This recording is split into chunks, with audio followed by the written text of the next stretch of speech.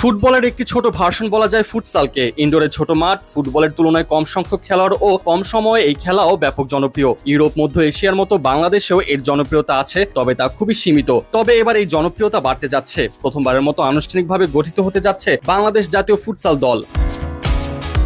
বাংলাদেশে ফুটসালের প্রচলন মূলত কর্পোরেট লেভেলের, তবে এবার সেপ্টেম্বরে এএফসি ফুটসাল এশিয়ান কাপ বাছাই দিয়ে এই খেলায় যাত্রা শুরু হবে বাংলাদেশে। জাতীয় দল গঠনের জন্য 2 দিনের উন্মুক্ত ট্রায়ালে আয়োজন করেছে বাংলাদেশ ফুটবল ফেডারেশন। 20 ও 21 জুলাই হ্যান্ডবল স্টেডিয়ামে 2 দিন ব্যাপী আয়োজিত করা হয় এই বাছাই প্রক্রিয়া। 18 থেকে 35 বয়স সীমার মধ্যে খেলোয়াড়রা অনলাইনে আবেদনের মাধ্যমে অংশ নেয় নিজেদের প্রমাণের এই মঞ্চে। কিছুদিন আগে প্রবাসী ফুটবলারদের জন্য এমন ট্রায়ালের আয়োজন করে বাফুফে। এবার প্রথমবারের মতো ফুটসালে এমন আয়োজনে অংশগ্রহণকারী খেলোয়াড়রা সুযোগ পেয়ে আনন্দিত।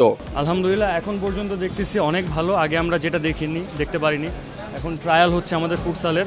আশা করি আমরা সামনে আপনার বাংলাদেশ মেন্স ফুটবলেও ট্রায়াল হবে, এবং আগে যেটা হয়নি এখন হচ্ছে বাংলাদেশ ফুটবল ফেডারেশনে অনেক প্রোগ্রেস আমরা দেখতে পাচ্ছি। Thank you Bangladesh football federation.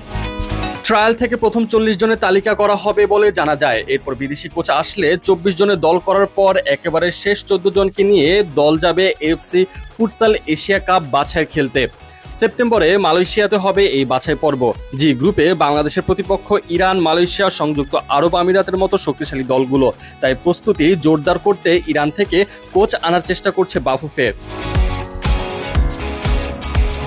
8টি গ্রুপ চ্যাম্পিয়নের পাশাপাশি সেরা 7 রানার্স আপ দল সুযোগ পাবে আসছে বছর ইন্দোনেশিয়া হতে যাওয়া চূড়ান্ত পর্বে।